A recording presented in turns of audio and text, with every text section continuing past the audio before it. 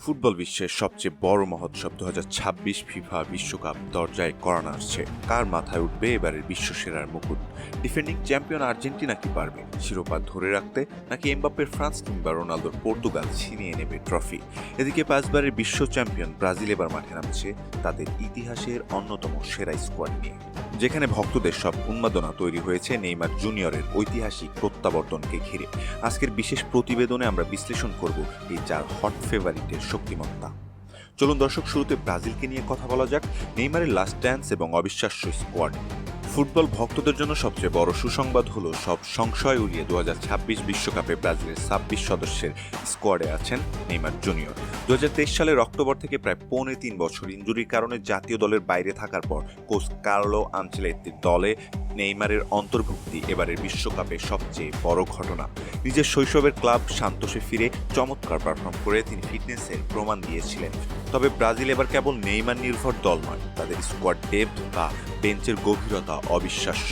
আক্রমণ ভাগে Real Madrid তারকা ভিনিসিয়াস জুনিয়র এবং বার্সেলোনার রাফিনিয়ার সাথে নেইমার যুক্ত হওয়ায় সেলেসাওদের আক্রমণ ভাগ এখন বিশ্বের সবচেয়ে শক্তিশালী। মাঝ মাঠে ব্রুনো গিমারায়েস ও লুকাস পাকেতা খেলার গতি নিয়ন্ত্রণ করতে পারেন বেশ ভালোভাবে।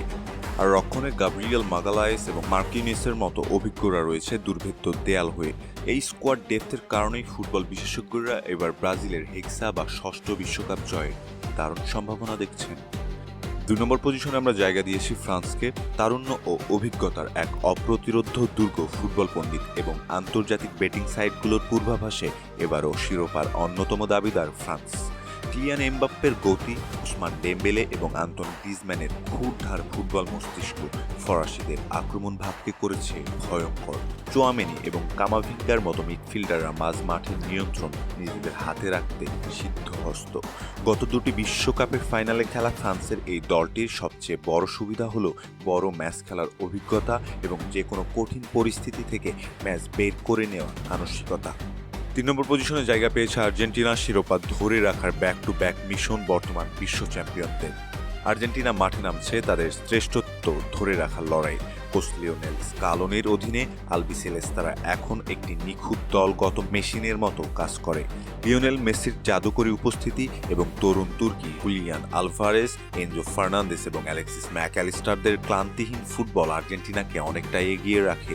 গোলপোস্টের নিচে বাস পাখি এমিলিয়ানো মার্টিনেজের পেনাল্টি সেভ করার ক্ষমতা অতিমানবীয়, যা নকআউট পর্বে আর্জেন্টিনার সবচেয়ে বড় ভরসা হতে পারে।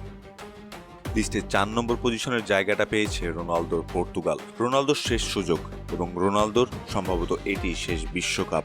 তবে এবারের পর্তুগাল দলটা কেবল রোনালদো কেন্দ্রিক নয়, বরং তাদের রয়েছে এক সোনালী প্রজন্ম। ব্রুনো ফার্নান্দেজ, বার্নার্দো সিলভার মতো মাঝ মাঠের কারিগররা যে কোনো রক্ষণ ভাগকে ভেঙে চুরমার করে দিতে পারে। সাথে রাফায়েল লিও এবং গঞ্জালো রামোসের মতো গতিময় ফরওয়ার্ডরা যোগ হওয়ায় পর্তুগালের আক্রমণ ভাগ যে কোনো দলের ঘুম উড়িয়ে দেওয়ার জন্য যথেষ্ট। রোনালদোর বিদায়ী বিশ্বকাপকে স্মরণীয় করে রাখতে চাইবে পর্তুগিজরা। তাদের ইতিহাসের প্রথম ট্রফি জয়ের জন্য জান প্রাণে লড়ে যাবে পর্তুগালের সবকয়টা ফুটবলার। এছাড়াও ফুটবলের প্রতি প্রবল আকর্ষণ রয়েছে এশিয়ানদের। তবে অনেক দেশ রয়েছে যারা ফুটবল বিশ্বকাপে খেলতে পারেন না, তবে রয়েছে কোটি কোটি ফুটবল দর্শক বা ভক্ত।